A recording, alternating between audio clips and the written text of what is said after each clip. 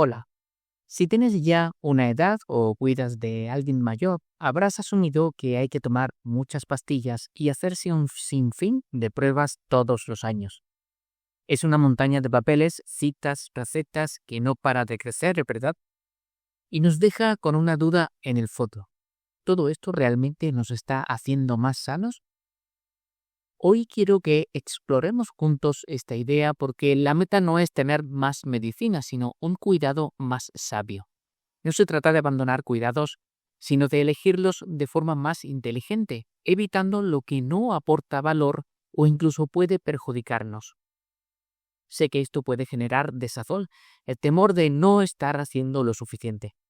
Pero a veces ciertas prácticas innecesarias se mantienen por la inercia, por las expectativas de los pacientes o por la llamada medicina defensiva que tanto influye en los médicos.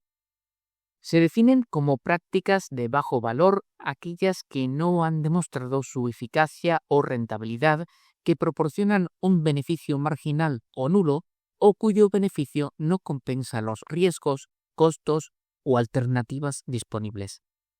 Se estima que entre el 10 y el 30% de todas las prácticas sanitarias ofrecen poco o ningún beneficio al paciente. Estos procedimientos no solo desperdician recursos limitados, sino que también pueden ser potencialmente peligrosos, causar daño físico, psicológico o financiero a los pacientes, un fenómeno conocido como iatrogenia. Estas prácticas innecesarias se dividen en tres tipos. Primero está la atención ineficaz, aquella que ha demostrado no funcionar, como tomar antibióticos para una infección causada por un virus. Para esto, la acción es simple: limitar su uso.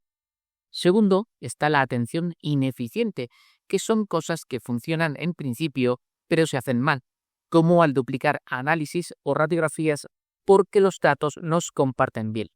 Aquí la solución es optimizar el flujo de información. Y por último está la atención no deseada, que es un tratamiento que sí podría funcionar clínicamente, pero no encaja con tus preferencias o lo que realmente quieres. En este caso, la clave es escucharte. Empecemos a desentrañar esto por un lugar muy común. Esas vitaminas que muchos tomamos pensando que son un escudo protector. A todos nos preocupa la memoria. Es natural que con la edad busquemos formas de mantener nuestro cerebro ágil y nos sintamos tentados por esos frascos de suplementos que prometen protegerlo de la demencia. ¿Pero qué nos dice la ciencia? Una revisión exhaustiva de muchísimos estudios, conocida como la revisión Cochrane, analizó si las vitaminas B, E y C realmente ayudan. Y la conclusión es clara: no hay pruebas sólidas de que tomar estos suplementos prevenga la demencia o mejore la memoria de forma significativa. Es cierto que un estudio observó que las vitaminas B podían disminuir la velocidad a la que se reduce el tamaño del cerebro, pero la conclusión final de los expertos es que, por ahora, no se puede recomendar ningún suplemento para tratar eficazmente estos síntomas. Por cierto, si quieres ahondar en este asunto, ya tratamos aquí lo que de verdad funciona en lo relacionado con el deterioro cognitivo. Y si las pastillas que compramos por nuestra cuenta no son la respuesta, ¿qué pasa con las que nos receta el médico? A veces el problema no es lo que falta, sino lo que sobra. Cuando una persona tiene varias enfermedades crónicas, es muy común que acabe tomando muchos medicamentos a la vez. A esto lo llamamos polimedicación. Imagina una orquesta donde cada músico toca una partitura diferente sin coordinarse. El resultado es un ruido desafinado. Algo parecido ocurre en nuestro cuerpo. Por eso, cada vez es más importante la deprescripción. No te asustes con la palabra.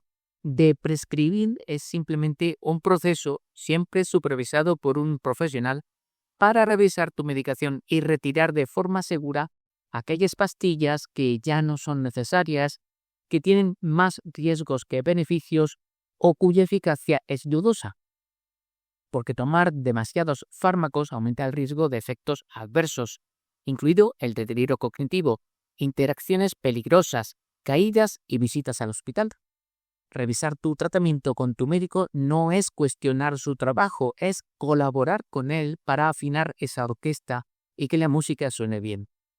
Por ejemplo, los fármacos de la familia de los inhibidores de la bomba de protones, como el omeprazol, deberían evitarse por más de 8 semanas, salvo excepciones, porque su uso prolongado se asocia a riesgos como fracturas y déficit de vitamina B12. También debemos mencionar las benzodiazepinas de acción prolongada, como el diazepam o el clonazepam. Estas se desaconsejan en personas mayores porque aumentan el riesgo de sedación, confusión, caídas y fracturas, y existen alternativas, a menudo no farmacológicas, que deberías explorar. Si tomas aspirina, ácido acetilsalicílico, solo por prevención y no tienes enfermedad cardiovascular previa, pregúntale a tu médico si es momento de suspenderla, ya que el riesgo de sangrado puede superar el beneficio. Pero los medicamentos son solo una parte de la historia. Hablemos de las pruebas y los escáneres. Por ejemplo, aunque los electrocardiogramas ECG no son dañinos en sí mismos, a veces muestran anomalías inespecíficas que causan preocupación y llevan a pruebas y tratamientos de seguimiento innecesarios. Por su parte, para los dolores de cabeza suele bastar una buena historia clínica y un examen neurológico concienzudo. Las tomografías computarizadas (CT) exponen a una dosis baja de radiación que puede incrementar el riesgo de cáncer, y una resonancia magnética, aunque no irradia, puede arrojar resultados ambiguos que conduzcan a más pruebas y tratamientos innecesarios. Sigamos con el dolor de espalda. Lo primero que se nos ocurre es pedir una radiografía o una resonancia. Sin embargo, tampoco suelen ser necesarias. El motivo es sorprendente. Si hiciéramos resonancias a 100 personas de tu edad sin ningún dolor de espalda, encontraríamos hernias y degeneración en la gran mayoría. Son como las canas o las arrugas, una parte normal del paso del tiempo, no necesariamente la causa de tu dolor. Estas pruebas, además de exponerte a radiación, si hablamos de radiografía, pueden llevar a preocupaciones y cirugías innecesarias. Y a menudo, estos hallazgos no solo llevan a más pruebas, sino también a más medicamentos para tratar algo que no era un problema, desafinando aún más esa orquesta de la que hablábamos antes. Otro ejemplo son los chequeos de cáncer. Sé que hablar de hacer menos pruebas de cáncer suena alarmante.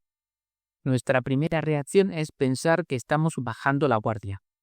Pero la ciencia nos muestra que, a partir de cierta edad, la balanza de riesgos y beneficios cambian. Para adultos entre 76 y 85 años, hacerse una colonoscopia de rutina se convierte en una decisión individual, ya que los beneficios disminuyen y los riesgos de complicaciones aumentan. Y seamos sinceros, nadie va a quejarse por no tener que prepararse para una colonoscopia. Con las mamografías, la evidencia de su conveniencia no es clara después de los 74. Si eres mujer y has pasado los 65 con resultados negativos, probablemente puedas decirle adiós al Papanicolau anual. Y para el cáncer de próstata, ningún grupo médico recomienda la prueba de PSA después de los 75. La decisión debe ser siempre personal, hablada con tu médico. Pasa algo similar con los antibióticos para una sinusitis o un dolor de garganta. La mayoría de estas infecciones las causan virus y los antibióticos solo funcionan contra las bacterias. Tomarlos cuando no tocan no te curará antes y contribuye a un problema global muy serio, la resistencia bacteriana. Saber qué pruebas evitar es importante, pero hay una pieza en el puzzle de tu salud que es, sin duda, la más importante de todas. Esa pieza eres tú. La buena medicina no es un monólogo del doctor, es un diálogo contigo. Existe algo que llamamos cuidado no deseado. Es aquel que, aunque técnicamente sea correcto, no se alinea con lo que tú valoras, con tus objetivos y con lo que es importante para ti. Quizás valoras más tu calidad de vida, estar en casa sin dolor y rodeado de los tuyos, que someterte a un tratamiento muy agresivo con pocas probabilidades de éxito. Por eso tu voz se debe escuchar. Te animo a que prepares tus visitas al médico. No tengas miedo de preguntar cosas como ¿realmente necesito esta prueba o este tratamiento? ¿Cuáles son los riesgos? ¿Qué pasa si decido no hacer nada? ¿O existen alternativas más sencillas? Hacer estas preguntas es el primer paso para tomar las riendas de tu salud de una forma más consciente. Así que volvamos a la pregunta con la que empezamos. ¿En salud, más es siempre mejor? Creo que la respuesta es que el objetivo ha cambiado. Ya no se trata de acumular más cuidados, sino de aspirar a un cuidado mejor informado. Un cuidado más preciso, más ajustado a la evidencia y, por encima de todo, más humano. Quizás el mayor avance de la medicina moderna no sea una nueva máquina o una nueva pastilla, sino el redescubrimiento de una idea muy antigua: escuchar. Porque el objetivo final no es solo añadir años a la vida, sino, y esto es lo verdaderamente importante, añadir vida a los años. Nada más por hoy. Espero que esta información te inspire para mejorar la atención que recibes. Que vaya muy bien. Muchas gracias por acompañarme.